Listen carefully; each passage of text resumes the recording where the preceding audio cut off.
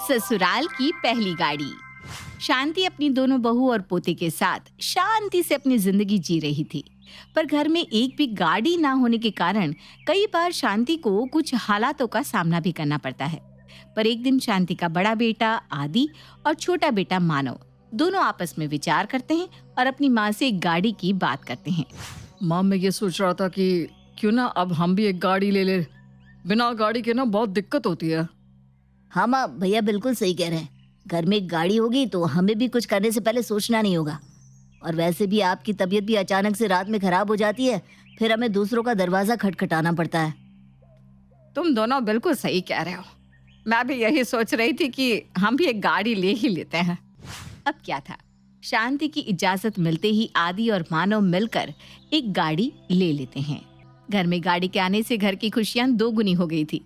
पर ये खुशी ज्यादा लंबी नहीं टिकती और ऐसे ही एक दिन शांति की बड़ी बहू उपासना अपने पति और बच्ची के साथ तैयार हो जाती है और अपनी सास से कहती है, अच्छा माँ जी, हम चलते हैं। दीपिका, तुम माँ जी का ख्याल रखना, हमें पार्टी से आते हुए देर हो जाएगी। हाँ दीदी, आप आराम से जाना और जल्दी आने की कोशिश करना। गाड़ी के आने के बाद उपासना सबसे पहले उस गाड़ी में बैठकर अपने पति और बच्ची के साथ पार्टी में जाती है। अब इसी तरह से कुछ दिन बीत जाते हैं, पर अब तक दीपिका गाड़ी में नहीं बैठी थी। इसी तरह एक दिन मानव को किसी काम से शहर से बाहर जाना था, पर मानव से पहले उपासना अपने बाहर जाने का प्लान घर में सबको सुनाने लगती है। माँ जी, आपको पता है ना, मेरी मौसी जी कब से बुला रही हैं। हमारे घर में कोई गाड़ी नहीं थी, इसलिए हम आज तक उनके घर नहीं जा पाए। पर अब मैं सोच रही हूँ कि जब घर में अपनी खुद की गाड़ी आ गई है तो क्यों ना एक बार में बच्चों के साथ अपनी मौसी जी के घर ही हो आए। वैसे भी बच्चों की 2 दिन की छुट्टियां भी पड़ी हैं। पर दीदी, मानव जी को किसी मीटिंग की वजह से शहर से बाहर जाना है और वैसे भी सारा दिन तो गाड़ी जेठ जी के हाथों में ही रहती है। अब फिर कभी अपनी मौसी जी के यहाँ हो आना। कल के लिए तो मानव जी को गाड़ी दे दो। दीपिका, अगर ऐसी बात थी तो तुम्हें हमें पहले बताना चाहिए था। अब हमने मौसी जी को जुबान दे दी है, अगर हम कल उनके घर नहीं गए तो उन्हें कितना बुरा लगेगा।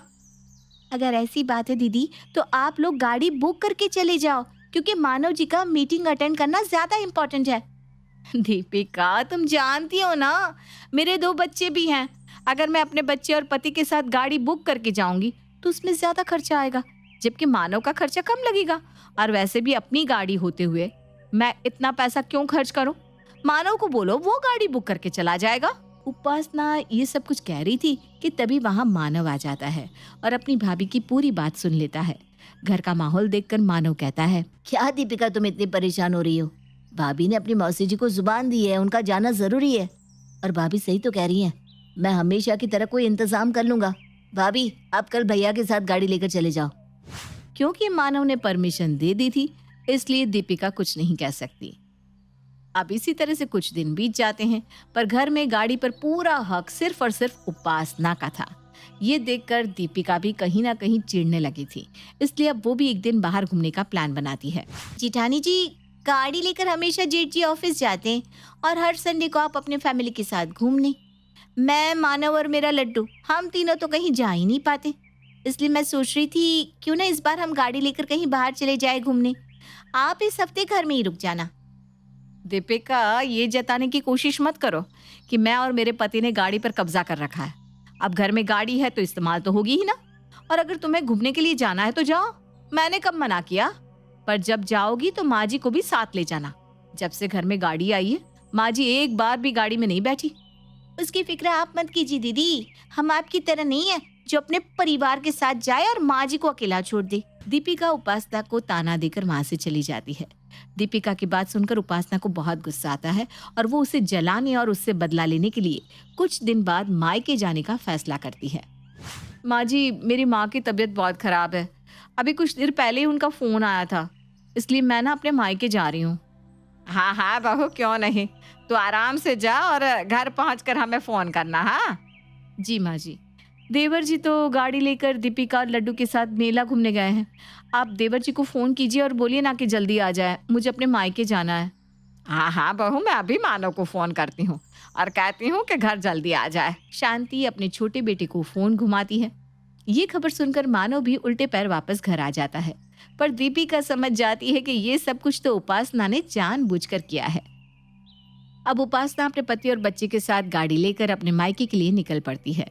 कुछ दिनों बाद फिर वापस आती है। ऐसे ही एक दिन, मानव जी, लड्डू आज बहुत लेट हो गया है, आप इसे अपनी गाड़ी से जल्दी से स्कूल छोड़कर आइए ना। दीपिका, लड्डू का स्कूल अभी 9 बजे का हो रखा है और 9 बजने में आधा घंटा बाकी है। तब तक तुम्हारे जेठ जी पिंकी और चिंटू को स्कूल छोड़कर आ जाएंगे। पहले उन्हें स्कूल जाने दो। दीदी, 9 बजे का स्कूल है तो क्या बच्चा 9 बजे ही स्कूल पहुंचे? 5 मिनट पहले तो पहुंचना पड़ेगा ना। और वैसे भी आप जानती हो ना लड्डू का स्कूल कितना दूर है, ट्रैफिक भी लगता है। और पिंकी चिंटू के स्कूल तो यही पास में है, 10 मिनट लगते हैं।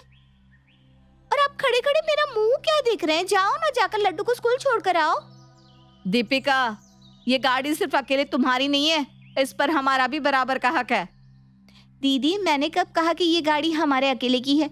वैसे भी हमसे ज्यादा तो ये गाड़ी आपके और जेठ जी के हाथों में रहती है। अगर एक दिन मेरा बच्चा अपनी खुद की गाड़ी से स्कूल चला जाएगा तो इसमें दिक्कत क्या है? एक गाड़ी और 2 बहू। घर में गाड़ी नहीं आती मानो जैसे आफत आ जाती है। जब से घर में गाड़ी आई थी तब से दोनों देवरानी जिठानी के बीच में 36 का आंकड़ा हो चुका था। अब दोनों बहू छोटी छोटी बातों पर लड़ती और हमेशा की तरह आज भी गाड़ी को लेकर लड़ना शुरू कर देती है। सुबह सुबह घर का कलेश देखकर शांति के सर में दर्द होने लगता है और वो गुस्से में दोनों बहू से कहती है, तुम दोनों के पास कोई काम नहीं है क्या? सबके घर में सुबह सुबह कीर्तन भजन चलता है और एक मेरे घर में लड़ाई। ये गाड़ी ही आफत की जड़ है। कोई भी अब से इस गाड़ी को हाथ नहीं लगाएगा जब तक मैं नहीं कहूंगी। अपने अपने बच्चों को खुद छोड़ कर आओ। इस गाड़ी से कोई भी स्कूल नहीं जाएगा। शांति के फैसले के बाद ना तो गाड़ी से लड्डू स्कूल जा पाता है और ना ही पिंकी और चिंटू। अब इसी तरह से कुछ दिन बीत जाते हैं और छोटी बहू मायके जाने की बात करती है। उसकी ये बात सुनकर अब उपासना भी मायके जाने की बात करने लगती है। उपासना बहू, अभी कुछ दिन पहले ही तो तू अपने मायके से आई थी और अब तुझे फिर से मायके जाना है। माँ जी, जेठानी जी को मायके नहीं जाना बल्कि इस गाड़ी में घूमना है। मैं मायके जा रही हूँ ना गाड़ी लेकर, इसलिए ये भी मायके जाना चाहती है। सब जानती हूँ मैं। तुम्हारी तो सोच ही छोटी है, मैं कुछ नहीं कर सकती। माँ जी, उस वक्त मेरी माँ की तबीयत खराब थी, मैं कितने दिन रुकी थी वहाँ, वो तो आप भी जानती है ना। देखो बहू, तुम दोनों एक समय पर मायके नहीं जा सकती। दोनों में से कोई एक ही मायके जाएगा। अब वो फैसला तुम्हारा है कि किसको जाना है। शांति अपने दोनों बहू में से किसी एक को गाड़ी से मायके जाने के लिए कहती है, पर दोनों देवरानी जिठानी कोई फैसला ही नहीं कर पाती, जिस वजह से शांति किसी को मायके नहीं भेजती।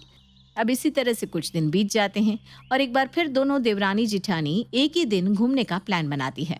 माँ जी, मैं मानव जी के साथ मूवी देखने जा रही हूँ। क्यों जाना है तुम्हें मूवी देखने के लिए? आज से पहले तो तुम्हें मूवी देखना पसंद नहीं था। तुम आज इसलिए मूवी देखना चाह रही हो ना क्योंकि मैं तुम्हारे जेठ जी के साथ बाहर डिनर पर जा रही थी।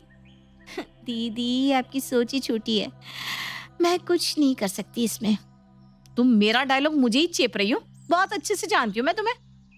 अगर आप मुझे बहुत अच्छे से जानती ना तो इस तरह की हरकतें तो ना करती।